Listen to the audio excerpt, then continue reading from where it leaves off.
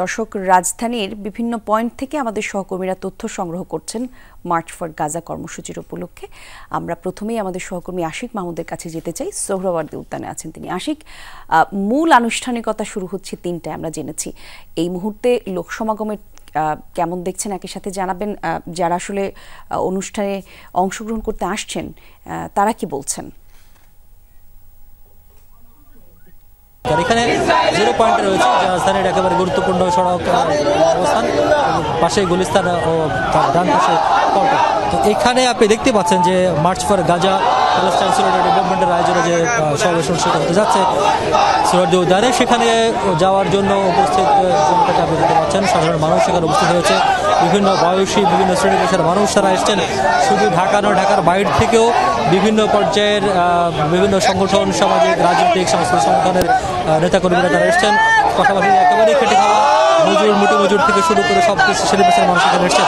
রাজনৈতিক দলের নেতৃবৃন্দ আছেন, জামাত, বিএনপি সহ বিভিন্ন রাজনৈতিক দল যারা রয়েছেন তাদের নেতৃবৃন্দ এখানে সমাবেশ করেছেন। ছোট ছোট সমাবেশ করে তারা সোহরাওয়ার্দী উদ্যানের দিকে এগিয়েছেন।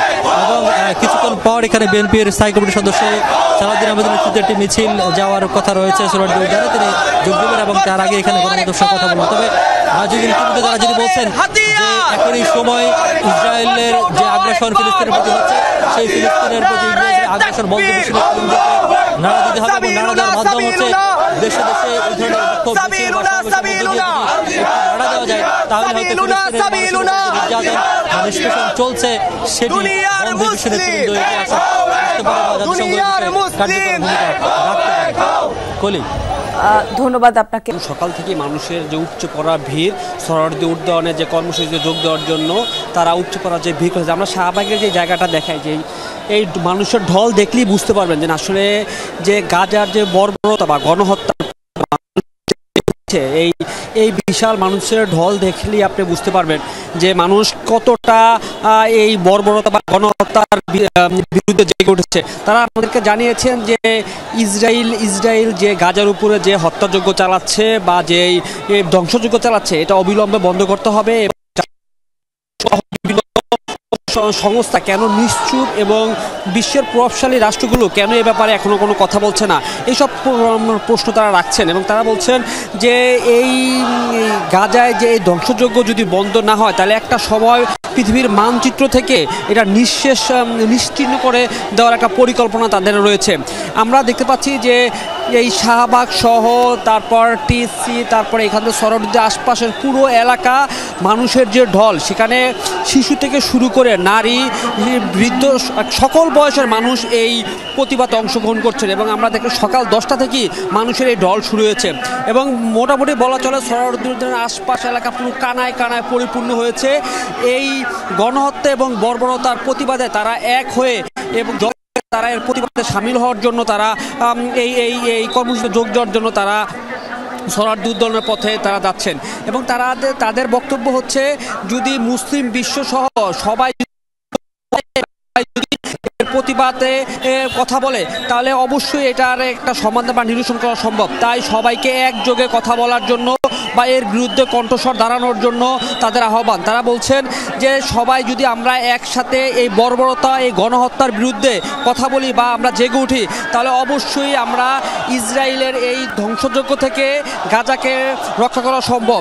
তাই সবাইকে যার যার জায়গা থেকে এগিয়ে আসার আহ্বান জানান। তারা বলেন যে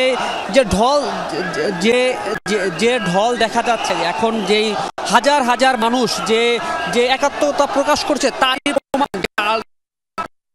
যে বিশ্বে গণহত্যা বা ধ্বংসযজ্ঞ বন্ধ হোক এবং একটা শান্তি ফিরে আসুক বিশ্বে। সবাই এটাই তাদের বক্তব্য। যেহেতু আর কিছুক্ষণ পরেই মূল সমাবেশের আনুষ্ঠানিকতা করা যায়, এই মুহূর্তে ইঞ্জিনিয়ার্স ইনস্টিটিউশনের সামনের দিকে রয়েছে এই পুরো এলাকাটি লোকারণ্য, বলা যায় যে জনসমুদ্রে পরিণত হয়েছে। আমরা দেখছি বিভিন্ন রাজনৈতিক দল,